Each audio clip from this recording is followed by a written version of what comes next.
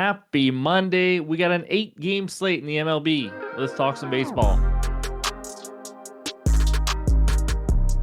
What's going on, everyone? Welcome back in to another episode for Just a Bet Outside. I am your host, Steven, and here we are to talk some more Seam. It was a small losing weekend, just had some tough breaks.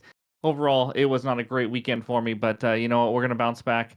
We're still doing some half units, but you'll see this week I'll probably mix in some 1 unit plays as we're getting more data and all that kind of stuff. But quick reminder before we get into any of that, the NBA best bets video for Monday is out now. I give my 3 best bets for those game 2s, so go check that out. But any graphics you see in this video are from Outlier, the best betting research tool on the market today, hands down. Click the link below. You get a 7-day free trial. It is only $19.99 a month to join. You see some of these other sites that are way more money than this. This gives you a ton of help. So go click that link below, though, just to try it out. But let's get into it. And that means it's MLB fun fact time. Here we go. Cal Ripken Jr. has the lowest batting average of anyone in the 3,000 hit club. I didn't know that. He hit 276. He did play a lot of games, I will say that. But in this video, we're going to recap the weekend, and then we're going to go over good and bad hitter matchups. And then I had a super busy Easter day with the family and everything and doing an NBA video. Did not get a chance to get to aces of bases. I will do that on the Tuesday video. And then, of course, we'll go over the full picture report and then give you our best bets and the recap. So hit that like button if you haven't already. Leave a comment below to help this channel continue to grow. If you're new to the channel, you know what to do. Come join this awesome community. Hit that subscribe button and come join the Discord as well. The link is below in the description. So let's get it rolling. And that means it's recap time. All right, here is the entire weekend recap. Like I said, it was a small losing weekend. Friday, we started out great, 3-1. Dodgers got the win on the run line thanks to a nice 9th inning there. Under in KC and Detroit, Reagan's fell apart. I was 3 outs away from cashing it, and then he fell apart. Corbin Burns under 5.5 Ks. Nice, easy win. Nice to get back on the under Ks track. And then Lindor and Arias, 1+ hit each. They got the job done. I thought, you know what? We're heading into a good weekend. Then Saturday, 2-2, just whatever. And the 2 guys that let me down were, well, first, Hunter Green, one of the most dominant pitchers on planet Earth, and he just completely struggled against the Orioles and gave up more than 2.5 earned runs. And then under 4.5, first 5 Boston White Sox, that was easy. A simple win there. Boston did score 3 in the bottom of the 5th, but it was 0-0 going into that. And then Shane Baz was the other dominant pitcher that completely let me down, got rocked by the Yankees.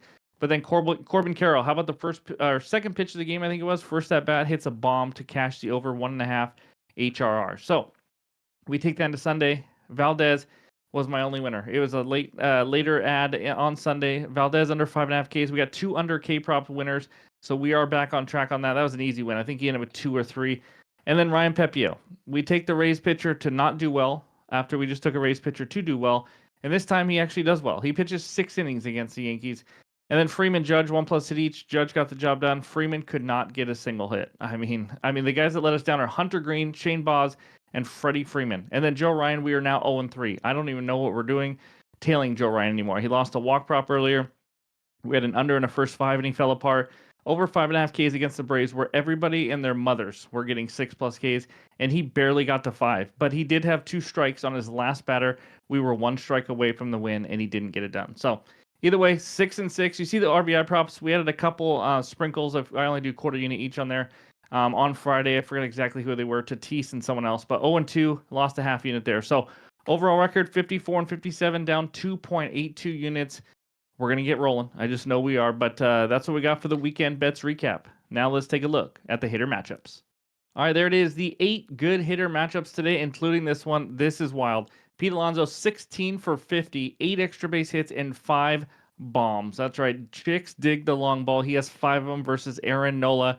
And then Marte, 11 for 31, 3 extra base hits versus Nola. You see Ozuna, how about 7 for 12 with 2 bombs versus Fetty? Altuve, 4 for 12 with a bomb. Then you go over the right side, Stephen Kwan, 4 for 8. Jose Ramirez, 4 for 8, or 3 for 8. And then Luis Arias, 3 for 7, who I believe just got injured pretty badly. Ran into a first baseman or someone covering first base and had to be stretchered off or something. So anyways, hope he's doing well. Yeah, that's the good hitter matchups for Monday. Now let's take a look at the bad hitter matchups. And we have 9 of those for you. Jesse Winker, 4 for 24. How about Bryce Harper?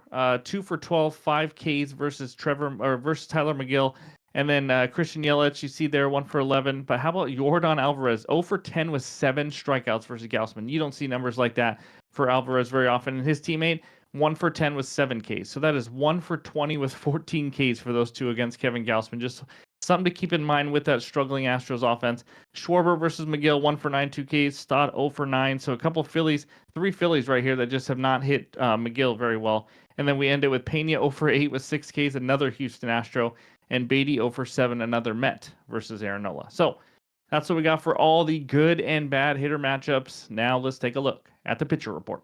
All right, here are the only 8 matchups of the day. Jonathan Cannon versus Walker Buehler. Buehler's a guy who, you know what, he didn't look great during the regular season last year. Then he played well in the playoffs, and then he started out this year terrible. His last 2 starts a little better. It's kind of hard to know what to expect from him. We're getting good or bad Ferris Bueller, but going up against Jonathan Cannon, who just has not been great in general. Clark Schmidt making only his second start for the Yankees, going up against Gavin Williams in that struggling Guardians offense. We'll see what gives there. Gavin Williams has just not lived up to what we thought he was going to be, but again, it's super early, average K rate there. And then Randy Vasquez in 20.2 innings has a ridiculously low K rate going up against Kiter Montero. Now, again, Kiter Montero's only thrown 5 innings, missed some bats in his first start, but he met some bats because he has a 9 ERA for a reason. He was not good last year, and so far he's still giving up hard hits after hard hits. So Nick Lodolo against Max Meyer is actually a pretty sneaky good matchup there. As you can see, both in the 2s for the ERA with pretty low expected ERAs as well. Lodolo's K rate is down this year, but his control is back, and he's going a little bit deeper into games. And Max Meyer's just been impressive. There's nothing else to say about it. He's been really good, good command. I've watched him pitch a couple times, but Aaron Nola versus McGill in the NL East showdown. Nola has not been good. I'm expecting him to turn it around like he usually does. Still has that 25% K rate, but giving up a lot of hits. 11.2 hits per 9 innings. You see there against McGill, who is just again. Is he this good? We'll find out. 1.4 ERA says he is pretty dang good. And then Eric Fedde versus Schwellenbach there. Schwellenbach, you guys know I'm high on him. He struggled in his last start. Other than that, he's been good. And then Fedde's just kind of been pretty solid ever since last year. And then Hunter Brown, one of the best pitchers in the game. Gausman's one of those guys I can't trust. It's up and down. You never know. Maybe it's a good matchup though because not a lot of Astro players have hit him. And then Quinn Priester versus Robbie Ray there. Ray, a guy who still misses some bats, but struggles with the command, that's for sure. But 4.19 ERA. Priester in only 10 innings has a 0.9 ERA, not too shabby. But his expected ERA obviously a lot higher. Again, these are super small sample sizes, so ERAs balloon up and down easily with just one swing of the bat right now. So, but that's what we got for the entire pitcher report. All the averages from last year on the bottom, just to kind of give you a good idea where it's all at. But it's time now for the best bets. All right, this first one takes us out to San Francisco where the Giants host the Milwaukee Brewers. Giants on the money line, minus 148. Brewers on the money line, plus 125 with a total of 8 runs in this one. I'm going to give you 2+ money bets, and then we're going to talk some hitters that I like today. This first one, how about Brewers money line, plus 125 on ESPN Bet? This is a happy to play. Now, we've won, I think, 2 or 3 underdog plays of the day in a row. Let's see if we can make it 4. It's been a little bit, but I think this is mispriced. That doesn't mean it's a lock to hit or anything. I just think there's some value with the Brew Crew on this one. Starting pitcher matchup, Quinn Priester versus Robbie Ray. Priester only made 2 starts. He's given up 7 hits and 1 earned run in those starts, so he's looked fine. One was in Coors Field, even though the Rockies aren't good, still Coors Field, and versus the Tigers, who have been a decent offense this year. He's a guy that relies strictly on off speed. I don't think Priester is some amazing pitcher by any means. But I also don't think Robbie Ray is right now. I thought he'd look a lot better this year, but he just has not looked good when I watch him, including 13 walks in his last 14 innings. That is horrendous, guys. He is practically walking or giving the other team a free base runner every single inning. Brewers will have their chances with guys on base, and Robbie Ray's also given up 15 hits in 19.1 innings. Not bad or anything, but still, the hits along with those walks, 13 walks and 15 hits, we will take it. Now let's talk to offenses. We talked a little bit earlier, and you're going to see in the MLB season, there's going to be offenses that go through these huge, just on fire streaks, and then they come back down to earth. That's just how baseball is. The Giants look like they're cooling off a little bit because they were absolutely scorching hot in the last, and they were like top 5 in everything in the last 2 weeks. Versus righties, they are 15th in WRC plus, 15th in OPS, 24th in batting average, 18th on base percentage.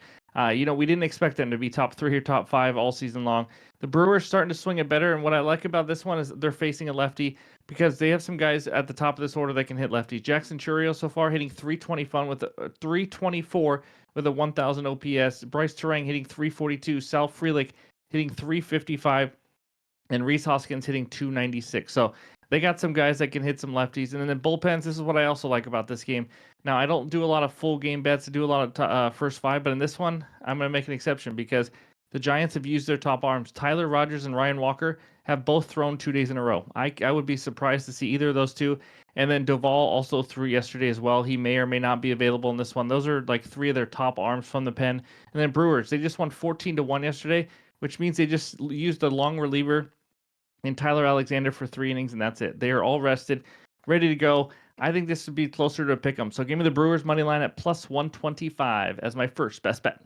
All right, this second one takes us out to Miami, Florida, where the Marlins host the Cincinnati Reds. Reds money line minus 130, Marlins money line plus 110 with a total of 8 runs. Like I said, I have another plus money play. It's not the Marlins on the money line. Give me Max Meyer over 5.5 Ks at plus 125 on DraftKings for a half unit play here. Yes, another play right at plus 125. I'm trying to find some mispriced plays at plus money because let's face it, baseball's tough. Let's at least try for some more plus money winners. But let's talk Meyer for a little bit. As you can see by this outlier screenshot, over this line in 3 of 4 starts this year, 7, 8, 4, and 7 Ks. That's right, 7 plus Ks in 3 of 4 starts. We're getting plus money over 5.5. He has gotten 18, 9, 15, and 12 whiffs in the 4 starts. Now let's talk about those 4 opponents. The Arizona Diamondbacks, 15th in K rate versus righties, and he went over. He had 8 Ks or 7. I don't remember which one, but Mets 4th lowest K rate. This was his toughest matchup by far of the season. He got 4 Ks. It's his only under. Braves 2nd highest K rate. How about 8 Ks? Pirates 9th highest K rate, 7 Ks. You see a little pattern here. When he faces a top 15 easiest K team, he gets over this. And when I say over, I mean 7 plus in every start. Now he's facing the Reds. Yes, their bats are heating up, but they still miss some. They still whiff quite a bit. They have the 10th highest K rate versus righties this year at 23.4%. So they're right there in the top, not only top 15, right in the top 10. All 3 other teams in the top 15 of K rate, like I said, 7, 7, and 8 Ks. And this Reds team actually, they faced some really awful low K righties lately, like Emerson Hancock. There's another guy who just got brought up from the minors. It just has been pretty easy. When they faced other decent K strikeout guys, similar to him, Bryce Miller, 8 Ks versus Cincinnati. Justin Verlander, even though he struggled, still missing some bats, he had 9 Ks versus Cincy. Logan Webb, 10 Ks, also faced him another time, got 5 Ks, and Nathan Eovaldi, 8 Ks. So win or lose, to get this line at plus 125 to me is just bonkers. If you have not watched Max Meyer play, and again, I've been watching too many Marlins games because I've been betting on them too much, but he's missed a lot of bats. He has great command. He is actually a really good pitcher to watch, kind of underrated.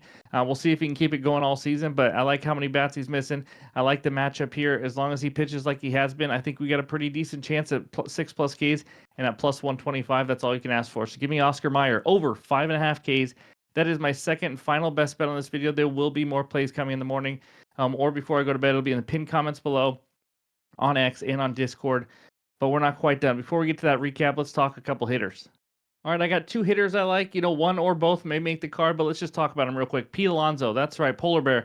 I don't know if you noticed. For you that fast forwarded the video, you did not notice, but he went 16 for 50 off of Aaron Nola he has gone that, with 8 extra base hits and 5 home runs. His total bases prop right now is plus 150. His HRR's prop is over 1.5 at minus 110. He has gone over both of those lines in 6 of 10 home games, 5 of 9 games versus a righty starter. He has 1 plus hit in 15 of 22 games this year. Nola is also not in good form. He is mightily struggling like we've talked about. I like Pete Alonso today. Jackson Churio, the second one. I talked about him a little bit during the first bet. He has hit lefties very well. Like I said, 1,000 OPS, 324 average. He has 1 plus hit in 17 of 22 games overall, but 1 plus hit in 8 of 9 games versus a lefty starter. He's over 1.5 HRRs in 7 of 9 games versus a lefty starter. And he's over 1.5 total bases in 6 of 9 games versus a lefty starter. And I think you get over 1.5 bases at around plus 135 or so. Robbie Ray, we talked about, he's struggling. But the only worry here is we don't want him to walk him. I mean, unless you take HRRs. If you take that, a walk could turn into a run and we're okay there. But if you're just taking a hits prop or total bases, a walk does not help. So that would be my only worry. But after Robbie Ray, Giants bullpen, like I said, also down a couple big arms today, so I think he's got some chances. So I like Jackson Churio and Pete Alonso as a couple hitters. I may make a hitter parlay in the morning, and it might not include these 2, but as of right now, these are just a couple of the hitters that I was looking at. So that's what we got for the full slate. But before we get out of here, let's check out the recap. All right, there it is. 2 best bets so far with more coming. Brewers money line plus 125 for a half unit. Max Meyer over 5.5 Ks for also plus 125. We got 2 plus money bangers. Let's get some winners and get back on track and get a hot streak going this week. But again, leave a comment below. Let me know your guys' best bets, parlays, whatever it is you guys are doing today. But thank you, as always, for the support day in and day out. I appreciate it. Hope you all have a great Monday, and we'll talk to you soon.